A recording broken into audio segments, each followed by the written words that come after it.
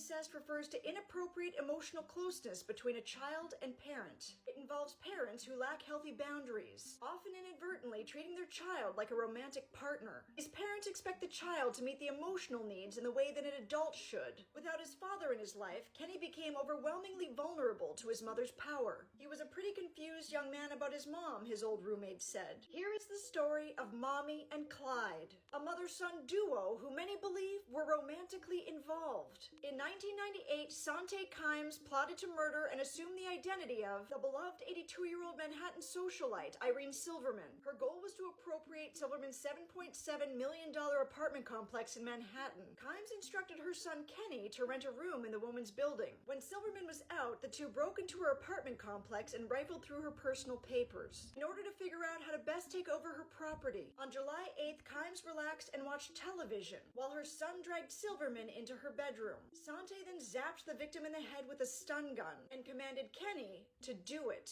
Kenny strangled Silverman, wrapped her body in several trash bags, loaded her into a duffel bag, and then discarded her remains at an isolated construction site in New Jersey. Little did mother and son know, the FBI was already onto them for check fraud and auto theft. Police in Nevada were after them for suspected arson and insurance fraud. The Los Angeles Police Department wanted them for questioning in the murder of David Kasdan, a 63-year-old businessman who had been shot in the head. The police in the Bahamas had been looking for them in connection with the disappearance of Syed Ahmed, a 46-year-old banker who was last seen with Sante Kimes having dinner in a restaurant. The mother and son were not only responsible for these deaths, but were also believed to have killed 50-year-old lawyer Elmer Holmgren and 62-year-old Jacqueline Levitz. And the motive of all 5 murders is said to be financial gain, which is the primary reason women kill. Kenny allegedly became Sante's full partner in crime a few months before Ahmed disappeared in 1996. So what was up with this mother and son couple? It's a bizarre relationship, said one lawyer after their arrest. There is something there other than mother and son.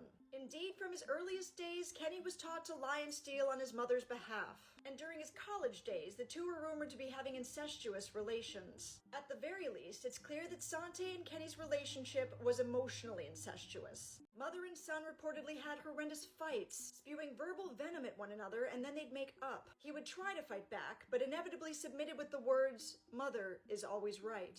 Here is a rare video clip of the mother and son being interviewed, which proves nothing if not strange. It's very unusual for people charged with murder to sit down and to do an interview before trial. Why are you doing this? May I answer that? Sure. Mr. Croft, the reason why we're doing this before trial is because